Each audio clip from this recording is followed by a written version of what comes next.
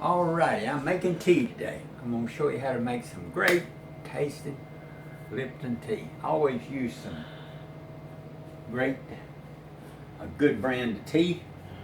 I've got my measure mark right there, and I've got one family tea bag in there. What I did, I boiled my water. After it got through boiling, then I took one bag and put it in there.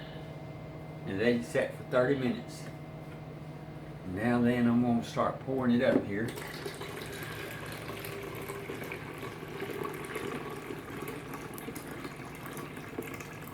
And I'm going to go over here and get me a little bit of cold water. Run it through there again. Let it get against that tea bag. See if I can find that little mark. One more time.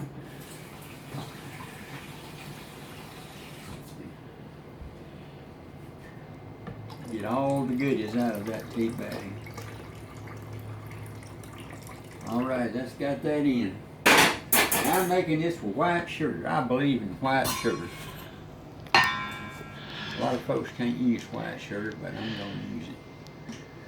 White sugar, it just tastes so good. Alrighty, I'm going to take and put 1 cup.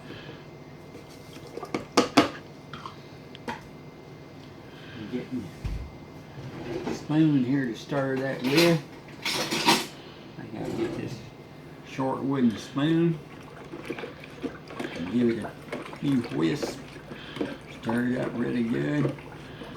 And then I'll get some good ice cubes to put in it. And that's when it's going to be really, really good. Check that and see what it's going to taste like.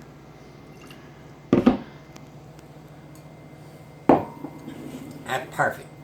Alright, that's the way you make good old Lipton tea. What? That's going to make what? About a half a gallon right there, Rita? Yeah. Make about a half a gallon of tea on that.